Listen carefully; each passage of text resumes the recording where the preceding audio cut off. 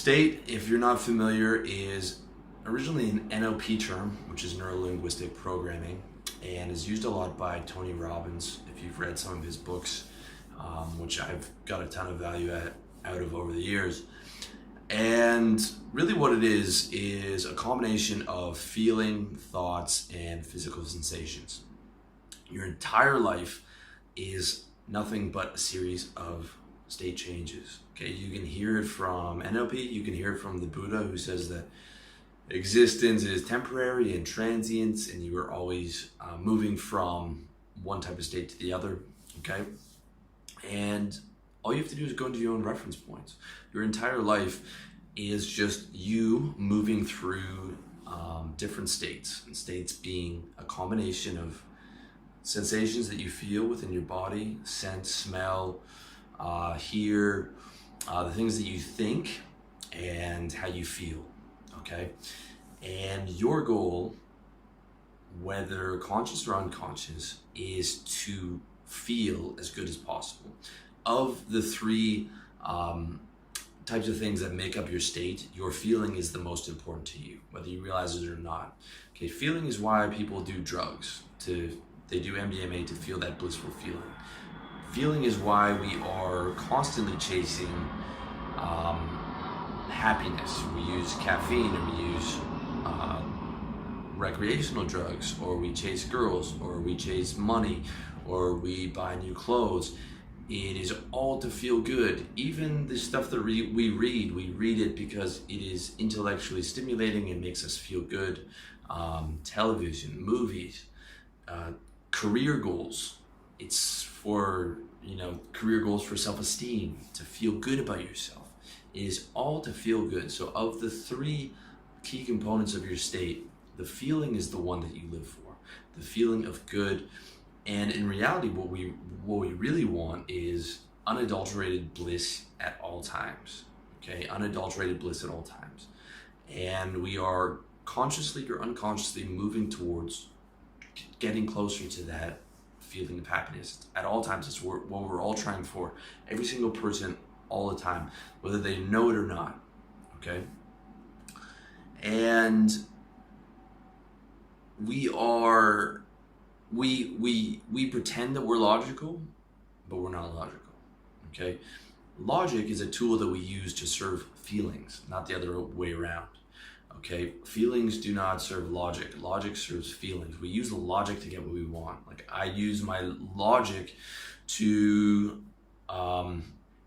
do things that are going to get me to make more money in my business. Okay, I use logic to do sales and marketing and things like that, and to make more money for my business, because money makes me feel better and be able to live a better quality of life, which makes me feel better. Okay, it's not the other way around. Everything you do serves your feelings. Okay, everything you do serves your feelings, whether you're a guy or a girl, doesn't matter. I mean, we as guys try and pretend like our feelings aren't important. They are so important. We live for our feelings, and we want to feel good at all times, whether you believe that or not, or whether you're conscious of it or unconsciousness. All you have to do is just watch yourself for a day. Go through your own reference points, and I guarantee you, everything you do behind that is there is an intention to feel good. Okay. Now, it brings us to why state control is so key. To feel good as consistently as possible, you need to be an expert at controlling your state, because it's so easy to flip into a bad mood or an anxious mood or an aggressive mood, and then all of a sudden your good feelings are gone. And it happens to everyone all the time. It happens to me too. Okay, it happens to me at least once a day. I'll flip into something negative, and that's after having a lot of practice at doing this stuff. Okay, it is a hard thing to do, but it is a very important thing to do. It, however, is not a science. It's an art, and it's a skill. But it's the most important skill that you can possibly learn. It's the most important skill that you can possibly learn is state control. Because your whole life, you want to feel as happy and good as possible. And what gets you to that point is state control. All right? State control allows you to pursue your happiness as your primary priority. You hear me in the last year or so, I'm harping on you guys to do this because it is the best way to live. There is no better strategy I've found than the pursuit of happiness as your primary priority in your life. Okay, because that is what you were doing anyways. So you might as well make it overt, bring it to the surface, make it an actual vow, and live that vow.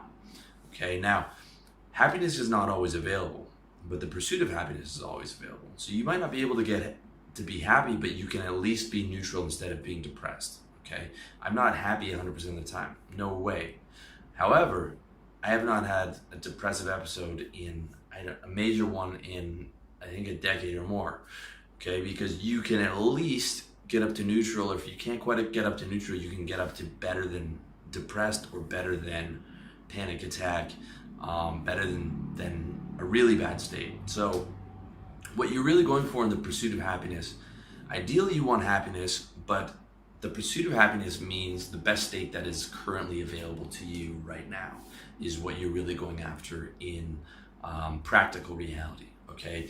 And what gets you there is state control.